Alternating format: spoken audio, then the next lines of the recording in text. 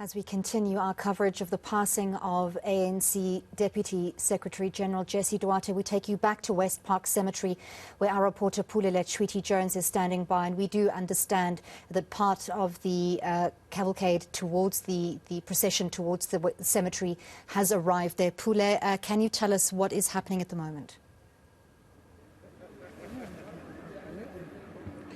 Well, definitely what we're seeing, I've been monitoring cars that have been coming in here at the cemetery. We were, of course, notified just a few minutes earlier on that the body had left the home, making its way to the Westpark Cemetery. We've just seen some delegates who've made their way to the cemetery as well, which includes the ambassador of China. I've just also spotted the Minister of Health, Joe Pahla, and I've seen as well as other NEC members who've actually made their way here to the cemetery as well, ahead of the funeral that will be taking place at the Westpark Cemetery as well. That's what we can tell you for now. We do understand that more delegates and ministers and, of course, members of the ANC NEC are expected to make their way here to the cemetery, as well as community members as well. And we'll be giving you most of those updates coming here from the cemetery. We spoke to the ANC NEC member earlier on, Pule Letshwiti-Jones, who actually spoke profoundly of the kind of legacy the late Deputy Secretary General of the ANC set behind within the movement, and, of course, outside of the movement, being in her community as well. Also, just to let you know as well, we're showing viewers on the right-hand side of their screens the inside of the tent where part of the funeral proceedings will be conducted. Pule, of course, we know that so shortly after the passing of Jesse Duarte, to get everything arranged, that's a big ask. Talk to us about the admittance of members of the public to this funeral, which, as we understand, is largely for the family and, of course, invited dignitaries.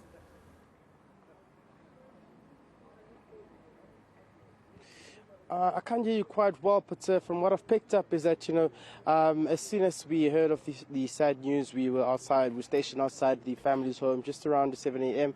and logistics have been underway. In fact, we've seen that the marquee has been erected up where the service will be taking place.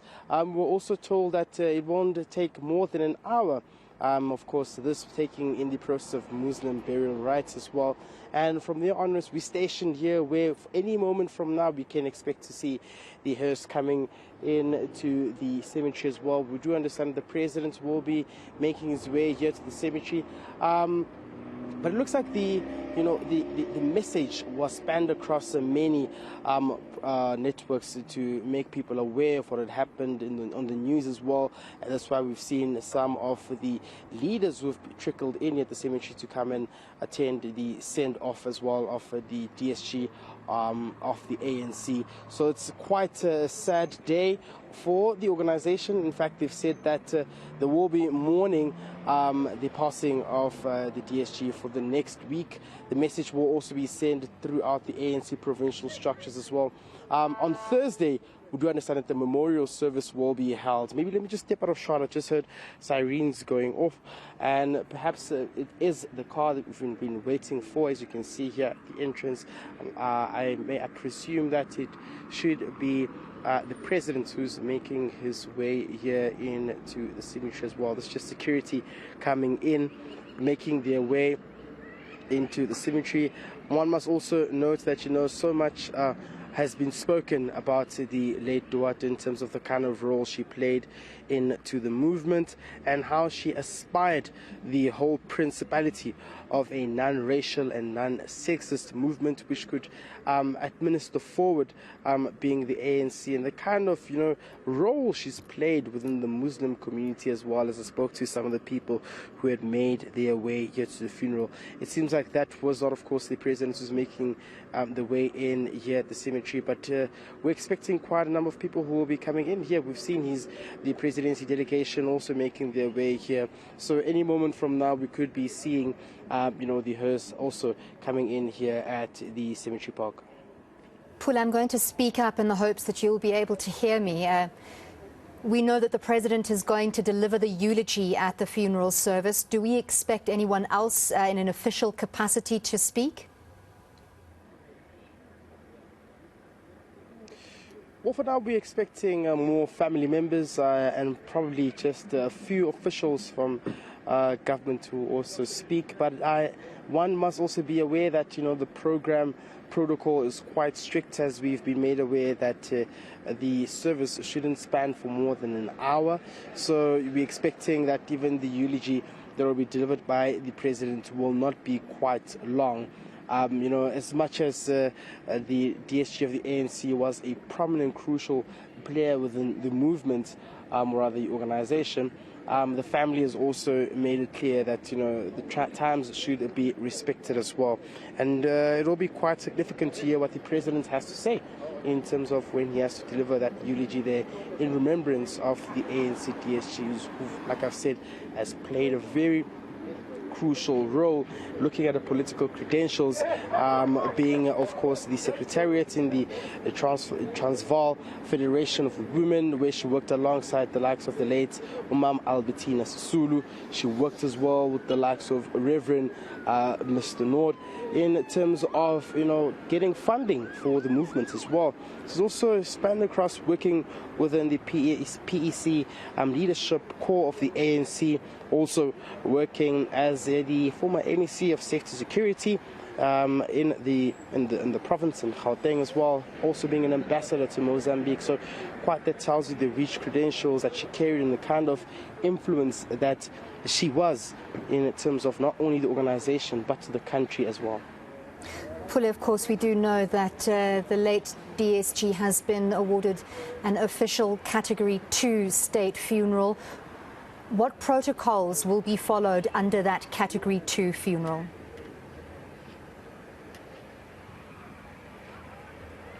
Well, this is a very, very special protocols that will be followed as well, as we did see the note from the presidency, which was, rather statement, which was issued out earlier on. It's of course under that category where certain protocols will be had as well, followed within that description. It isn't just any ordinary funeral service which will be taking place.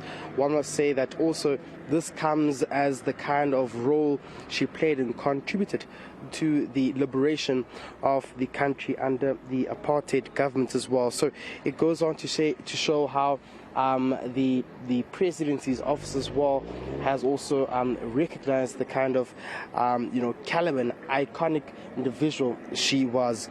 And most importantly, the ANC has also welcomed that special arrangement as well. Everything has been moved at a very pacey speed in terms of arranging the funeral logistics that have taken place this morning. We heard the news just around 5 a.m. and we were already outside the family. We spoke to the brother as well, Zain, earlier on, who said that just before the passing of the DSG, he had a conversation with her, and one of the last words she had said, which is the late Duarte, was that how will the family feel when she has to leave if she passes on? And this is something, a conversation they had, and Zain responded by saying that they would be at least at relief if the pain were to stop. As how we know that the late Jesse Duarte had been, of course, battling and struggling with the ongoing cancer that she had, of course, incurred. So this is something that came to the family as very devastating, terrible news. But at the very same time, they've also alluded to the point that they're at peace now that the late Duarte can finally rest. The ANC as well has, made peace with the fact that she's now passed on.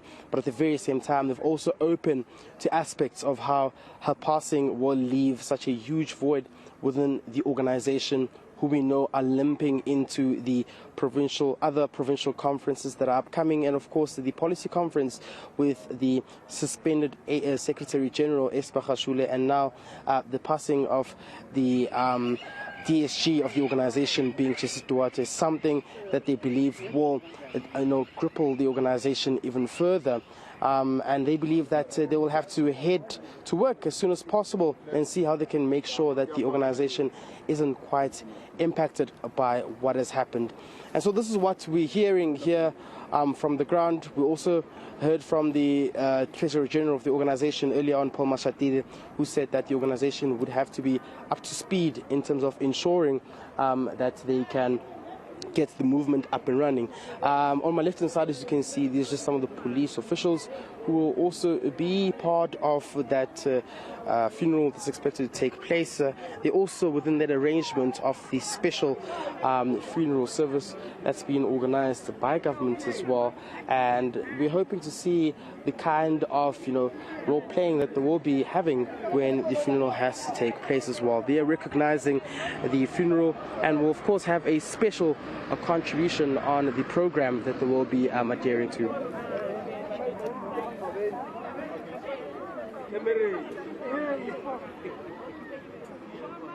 What time the funeral is set to get underway? We know things have been happening very fast. What does the program say about when the service is expected to get underway?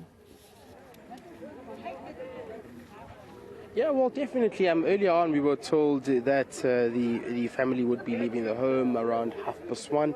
That's time to be corrected. I was at Lethuli House around 10 o'clock, but I had gotten word that the president had arrived just after 12 at the family's home just to pay his last respects. He was accompanied by senior ANC members as well who were actually at the family home.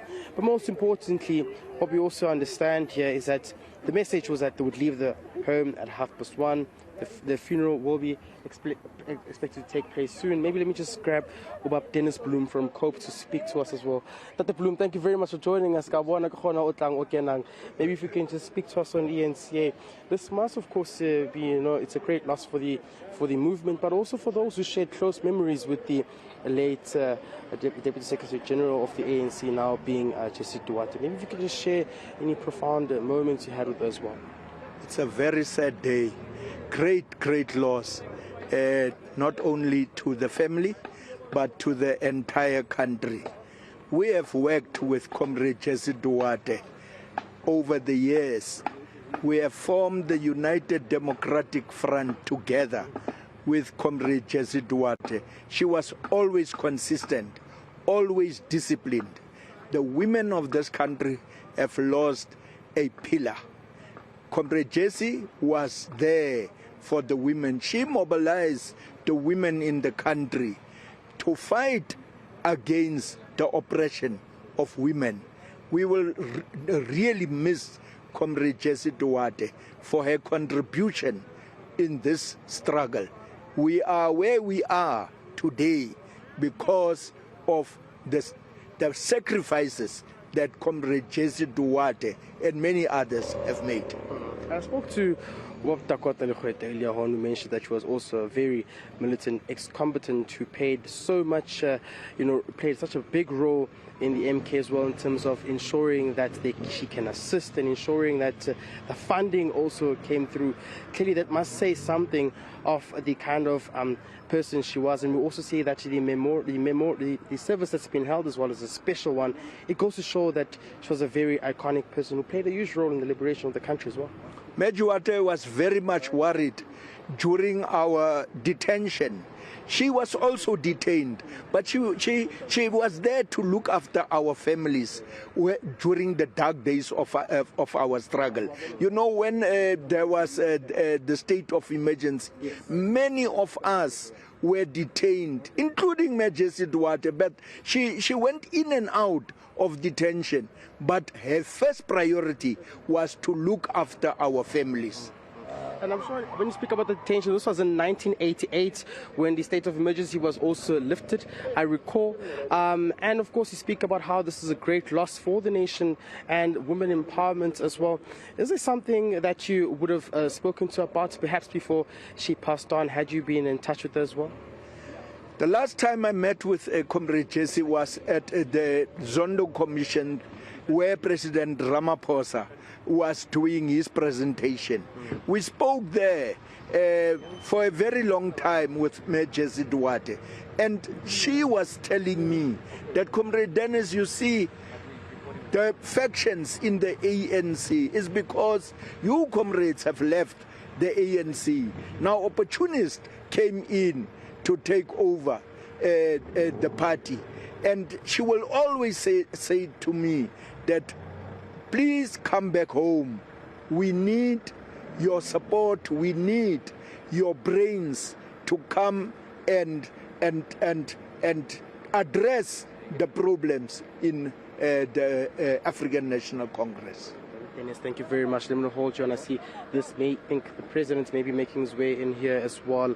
Annalie, I just spoke to Dennis Blom from COPE as well, and I think the hearse may also be making its way in as it's been escorted by Pule Letshwiti-Security. Hopefully we may be seeing the program getting underway soon.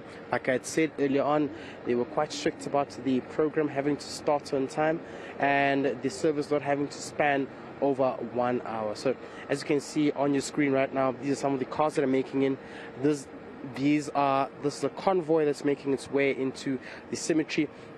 I believe that the president also has been part of this convoy and the hearse as well. I've just seen some of the family members in one of the cars, and it's now making its way into the Westpark Cemetery where the burial will also be taking place. While that's the case, we've also seen some of the members of the movement making their way in. I just spoke to Dennis Blom as well, who said his fond moments that he had with the late DSG of the ANC, being Jesse Duarte as well, speaking about the time when also they were in detention. And remember that Jesse Duarte was one of those who was detained without trial in 1988 before the state of emergency was lifted. From there onwards, she went on to carry on with the great political work to ensure that she serves within the ANC movement. And of course, she was a great radical and well-respected feminist who advocated for the empowerment of women, and also quite very vocal within the ANC, like Ntate Paloma saying, against the issues of factionalism, the issues that would see the division of the party and the challenges that the party was faced. She is very vocal about putting an end to that, saying that the organization had to revive itself and see itself come back to the fore. But just a couple of seconds ago, you just seen that convoy making its way into the Westpark Cemetery, Annalie, and just a few minutes from now, hopefully with some of my colleagues being inside the marquee, we'll be seeing the program actually getting underway. Pule, while we're waiting for those who are arriving to disembark from those vehicles and take up their seats in that marquee for the funeral service, just reflecting on some of the descriptions of the late Deputy Secretary General Jesse Duarte. A number of those from the ANC have already spoken to us on ENCA today, as well as members from other political parties. Across the board, the reflection on her seems to be someone who was firm, fierce, principled, who didn't mince her words, and I think anyone in the media can reflect from their personal engagements with her that she was not someone that you engaged unprepared or willy-nilly. She was someone who was bound to take you on if you were factually incorrect, and she was someone who spoke from the hip. She addressed many of the issues of the ANC head-on with very little political jargon, speaking truth to power and speaking to South Africans, in essence, where a lot of politicians sometimes, try to spin an issue. Jesse Duarte was the one person you could always count on to hit the nail on the head, to speak directly to the issues that affect South Africans on the ground. And I think many South Africans today can and should feel that they have lost a giant who advocated for the rights of South Africans everywhere, and especially, as you've also said, the rights of women, not only within the ANC, as we see an organisation struggling to promote the role of women within the ANC, but also in broader South African society. Jesse Duarte was someone who spoke against femicide, against gender-based violence, who spoke for women's empowerment. And I'm sure all of those issues will be reflected not only in the eulogy, but in the ways that people remember her in days to come. That marquee is filling up slowly as officials and invited guests, family members, comrades and friends of Jesse Duarte take up their seats.